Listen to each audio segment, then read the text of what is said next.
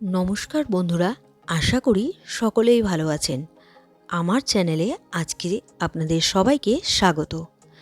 আজকে এই ভিডিওতে আমি দেখাতে চলেছি একদম সহজ আর ঝটপট রেডিমেড ধোকার রেসিপি।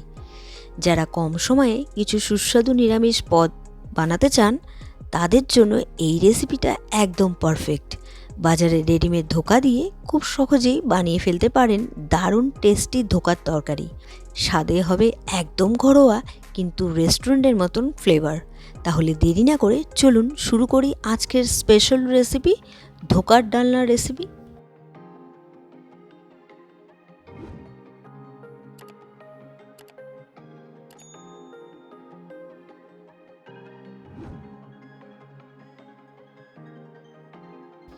আমি নিয়ে নিয়েছি রেডিমেড কুকমির মশলা ধোকা।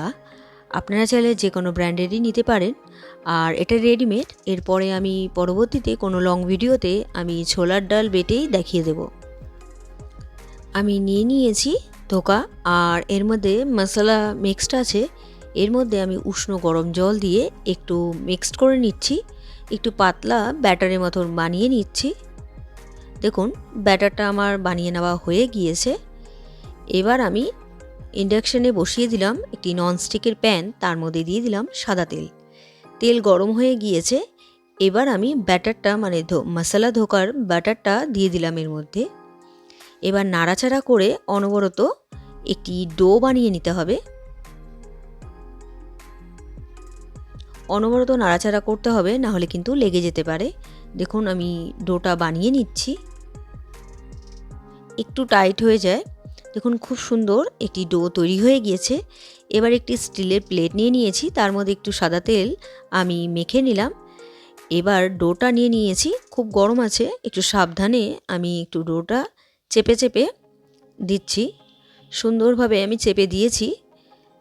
আর এখন এইভাবে ছুরির সাহায্যে আমি ধোকাগুলো বরফিগুলো কেটে নিচ্ছি। সবগুলো বরফি খুব সুন্দরভাবে উঠে যাচ্ছে, যেহেতু নিচে তেল ব্রাশ করা আছে সেই কারণে। আর ধোকাগুলো রান্না করার সময় ভেঙে যেতে পারে, সেই কারণে আমি একটি ব্যাটার বানিয়ে নিচ্ছি। 2 চামচ ময়দা নিয়ে নিলাম, তার মধ্যে দিয়ে দিচ্ছি নুন, আর দিয়ে দেবো খুব সামান্য পরিমাণ হলুদ গুঁড়ো।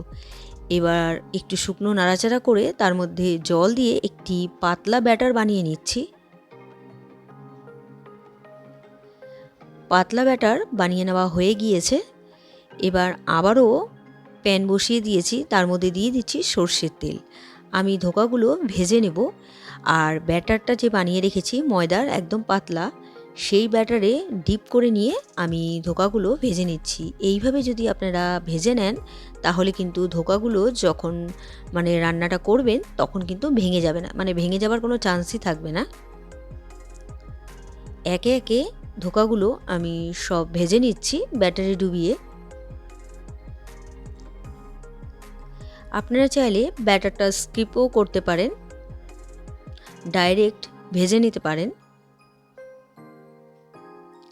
এক পাশটা ভেজে নেওয়া হয়ে গিয়েছে, আমি খুব সাবধানে উল্টে পাল্টে দিচ্ছি। ধোকাগুলো খুব ভালো মতন আমি ভেজে নামিয়ে নিয়েছি। এবার আমি একটি মশলা রেডি করছি। প্রথমেই নিয়ে নিয়েছি আদা বাটা, তার মধ্যে কাঁচা লঙ্কা বাটা আছে। এর মধ্যে রেগুলারে কিছু গুঁড়ো মশলা অ্যাড করে দিচ্ছি। হলুদ গুঁড়ো, লাল লঙ্কা গুঁড়ো, কাশ্মীরি লঙ্কার গুঁড়ো, জিরে গুঁড়ো জল দিয়ে গুলিয়ে আদা বাটার সাথে মিক্সড করে রাখছি। এর মধ্যে কিন্তু কাঁচা লঙ্কা বাটাও আছে। এবার আবারও একটি কড়াই বসিয়ে দিয়েছি। কড়াইতে দিয়ে দিলাম সর্ষের তেল। তেল গরম হয়ে গিয়েছে। প্রথমেই ফোড়ন হিসেবে দিয়ে দিলাম শুকনো লঙ্কা আর তেজপাতা। শুকনো লঙ্কা আর তেজপাতা থেকে সুন্দর গন্ধ বেরিয়ে গেছে, আর দিয়ে দিলাম এর মধ্যে গোটা গরম মশলা। গোটা গরম মশলা থেকে সুন্দর গন্ধ বেরিয়ে গেছে। এবার দিয়ে দিলাম জিরে। এবার আমি এর মধ্যে দিয়ে দিব মশলা, যে মশলাটা আমি জলে গুলিয়ে রেখেছি। এখানে আদা, কাঁচা লঙ্কা বাটা আছে, আর আছে রেগুলারে কিছু গুঁড়ো মশলা, হলুদ গুঁড়ো, লাল লঙ্কা গুঁড়ো, জিরে গুঁড়ো, ধনে গুঁড়ো, কাশ্মীরি লঙ্কার গুঁড়ো। মশলা দিয়ে এবার আবারও একটু জল দিয়ে দিলাম, আর দিয়ে দিচ্ছি নুন। নুন দিয়ে এবার নাড়াচাড়া করে মশলাটাকে কষিয়ে নিচ্ছি। মশলাটা দেখুন একটু একটু করে তেল ছাড়তে শুরু করে দিয়েছে। এবার এর মধ্যে দিয়ে দিচ্ছি টক দই, আমি 2 চামচের মতো ফ্যাটানো টক দই নিয়েছি। টক দইটা দিয়ে দিলাম। এবার কিন্তু গ্যাসের ফ্লেমটা একদম কম করে দিতে হবে। আর দিয়ে দিলাম সামান্য পরিমাণ জল। এবার আবারও একটু কষিয়ে নিতে হবে। তার আগে আমি এর মধ্যে দিয়ে দিচ্ছি মিষ্টি হিসেবে আমি এখানে গুড় ব্যবহার করছি। যেহেতু এখানে টক দই ব্যবহার করেছি, ব্যালেন্স করার জন্য আমি এখানে মিষ্টি ব্যবহার করলাম, মানে গুড় ব্যবহার করলাম। মশলাটা খুব ভালো মতন কষে গেছে আর এর মধ্যে দিয়ে দিলাম গরম জল। জলের পরিমাণটা একটু বেশি দিতে হবে, যেহেতু ধোকাগুলো দেওয়ার পর কিন্তু গ্রেভিটা অনেকটাই গাঢ় হয়ে যায়, সেই কারণে। গ্রেভিটা ফুটে গেছে। একে একে ভেজে রাখা ধোকাগুলো আমি দিয়ে দিলাম আর এখন একটু কুক করতে হবে আর খুব সাবধানে একটু নেড়ে নিতে হবে। খুব বেশিক্ষণ কুক করার প্রয়োজন নেই। দেখুন গ্রেভিটা অনেকটাই কমে গিয়েছে। এবার আমার রেসিপিটি তৈরি। আমি 2 মিনিট স্ট্যান্ডিং টাইমে রেখে তারপর আমি সার্ভ করছি। তৈরি হয়ে গেল আজকের নিরামিষ রেসিপি, রেডিমেড ধোকার ডালনা। আজকের এই রেসিপিটি আপনাদের কেমন লেগেছে অবশ্যই কমেন্ট করে জানাবেন। রেসিপিটি যদি আপনাদের ভালো লেগে থাকে তাহলে ট্রাই করার অনুরোধ রইল। আর ভিডিওটি ভালো লাগলে like, comment, share and subscribe করতে ভুলবেন না। বাই।